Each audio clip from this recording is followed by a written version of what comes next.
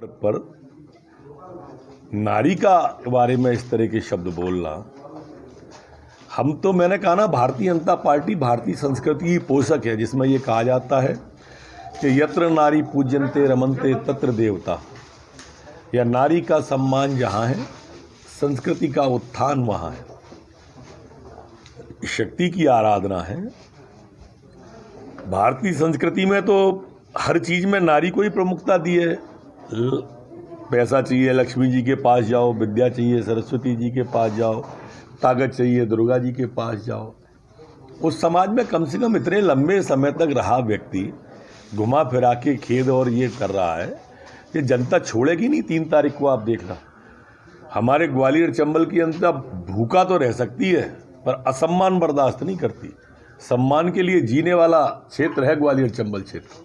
दिग्विजय जी का तो बोल रहे, आपने ज्ञान दिया उसके लिए धन्यवाद, लेकिन माफ़ी मांग लेना अगर किसी ऐसी महिला से क्या बुरा है। अगर आपने उसको आइटम कहा है तो आपने खेद व्यक्त किया है, गलती नहीं मानी पर अर्थ समझाने लगे। उनका ये कहना कि फालतू के मुद्दे, अब ये फालतू की बातें बोलते क्यों हो आप और लगातार क्यों बोल रहे हो? सर आपके यहाँ भी तो मंत्री, कोई रावण कह रहा है तो कोई आइटम शब्द, तो कोई रखे हुए शब्द का उपयोग कर रहा है, तो लग नहीं रहा कि राजनीति जो बिल्कुल निश्चित स्तर पर चल रही है चुनाव को लेकर। देखिए, ये रावण कहा वर्मा जी ने, नंगा भूखा कहा कांग्रेस के नेता ने, आइटम कहा उनके नेता ने। लगातार इस तरह के शब्दों का प्रयोग करके कांग्रेस मुद्दे से भटकना चाहती है कि कोई उनसे 15 महीने का हिसाब न ले ले, क्योंकि उनके पास मुद्दा ही नहीं है। आप कमलनाथ जी का एक भी बयान ऐसा देख के बता दो जो उन्होंने कहा हो कि मैंने 15 महीने में ये काम कर दिया, मुझे वोट दे दो।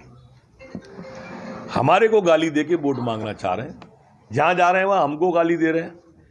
आपने क्या किया आप बताओ, हमने क्या किया हम बताएं, जनता तय करेगी किसको वोट देना है। उसके बाद आप ये क्या करते हो, कभी आइटम बोल देते हो, कभी रावण बोल देते हो, कभी भूखा नंगा बोल देते हो। क्यों बोल रहे हो ये? आप तो सीधे मुद्दे पे आओ, विकास के पे। हम सिर्फ विकास पे चुनाव लड़ रहे हैं, इसलिए इस तरह के मुद्दों को हवा दे रहे हैं। दिग्विजय सिंह यही बोलेंगे और क्या सोच रहे थे आप? कमलनाथ की तरफ से माफी मांगेंगे जैसे मैंने बिसाहूलाल जी की तरफ से मांग ली? वो ऐसा नहीं कर सकते। सर उज्जैन मामले में एसआईटी रिपोर्ट आई, सख्त कार्रवाई हुई है, मुख्यमंत्री जी ने तुरंत एक्शन लिया है, एसआईटी की रिपोर्ट भी तुरंत मंगाई है। इससे शीघ्र कार्रवाई और क्या हो सकती है बताएं, वो भी करेंगे, पर दोषियों को बख्शा नहीं जाएगा, कोई कितना भी बड़ा हो। चुनाव जीतते हैं तो अब पछताएं का होते, चिड़िया चुन गई खेत। कभी पहले जब 15 महीने रहे ऐसा कुछ कर दिया होता तो आज दोबारा घोषणा पत्र निकालना ही क्यों पड़ता? दोबारा घोषणा पत्र इसलिए निकालना पड़ रहा है कि पहले पे कुछ नहीं किया। सर कांग्रेस ये कह रही है कि हाथरस की घटना पे बीजेपी पे सियासत कर रही है। ना हमने वहाँ मौन साधा, ना हमने यहाँ मौन साधा। यहाँ तो आपने कहा है, हमने कहा था कि हमारे कहने से बोल रहे हैं क्या कमलनाथ जी?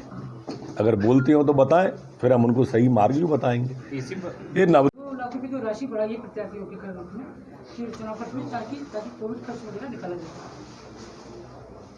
ठीक है, ये तो मैं समझता हूँ, समय की आवश्यकता है। सर चुनावी दौर में सर समय जिस तरह के बयानबाजी, मैंने उनकी बाइट सुनी नहीं है, पर अगर आपत्तिजनक कुछ है और किसी को ठेस लगती है तो मैं संसदीय कार्य मंत्री माफी मांगता हूँ।